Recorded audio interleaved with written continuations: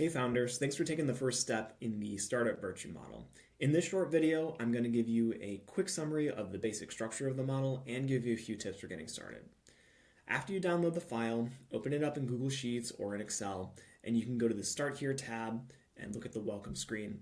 You got a few words about the terms of use, as well as a link to the guidance page, which you've probably already found, and a link to my contact page where you can contact me with any questions or request a screen share if you need extra help. Below that is the table of contents.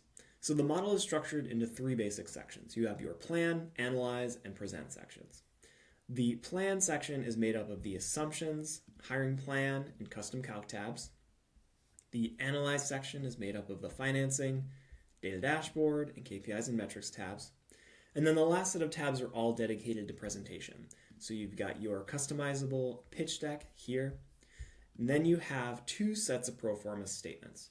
So the first set I'm calling the detailed pro forma. And this is a line-by-line overview of all of your financials. It is also a month-over-month forecast here. Now, this level of detail may not be appropriate, at least for an initial investor conversation, and it is really designed for the founder to take a deep dive into their financials and the forecast. For a presentation, the last set of tabs, the last three tabs, I'm calling the presentation ready pro forma. So you have your income, cash flow, and balance statements, and they're rolled up into these high-level numbers that are appropriate for at least an initial investor conversation. They're also summarized annually instead of by month. Now let's go back to the Assumptions tab and just look at how you actually input values into this tool. So any field that is in this blue color is a field that you can manipulate, enter a value into, or otherwise change without disrupting any of the downstream formulas. So here you've got an example of a drop-down. You select one of two options, and here you can enter a value. Now, one quirk of Google Sheets, at least, is that you need to make sure that the value is expressed in the correct way. So here we're looking for a percentage, and if for some reason you enter a dollar value into this field, you're going to sort of mess up at least a few of the formulas that are downstream. So if the model is asking for a percentage, make sure you're adding that percent sign to the end of the value. Likewise, if you are entering in a dollar value, make sure that you are expressing that number as a dollar instead of some other number. Now, there are certain fields that are grayed out or have no background at all, and most of the time those fields have either a named range or a preset formula, and try to avoid changing those. Now, this is an open spreadsheet. You are free to change anything you want, including the formulas in these gray fields. Just do so with caution because it can affect some of the downstream formulas.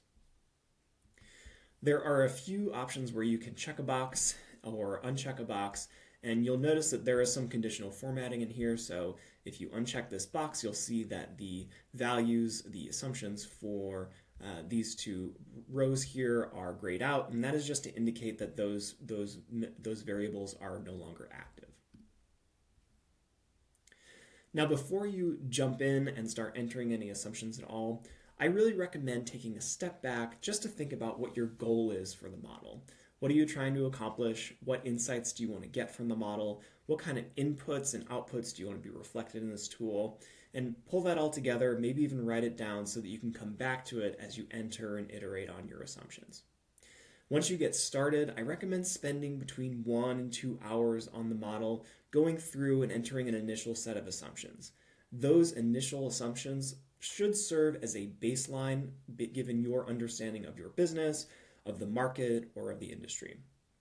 After you enter those initial assumptions, take a look at the outputs in this Analyze section, so your financing, dashboard, and KPIs and metrics tabs, and see what the outputs look like, and then go back to the Assumptions tabs, go back to the Plan tabs, and change and refine those assumptions until you're getting the outputs that you're looking for.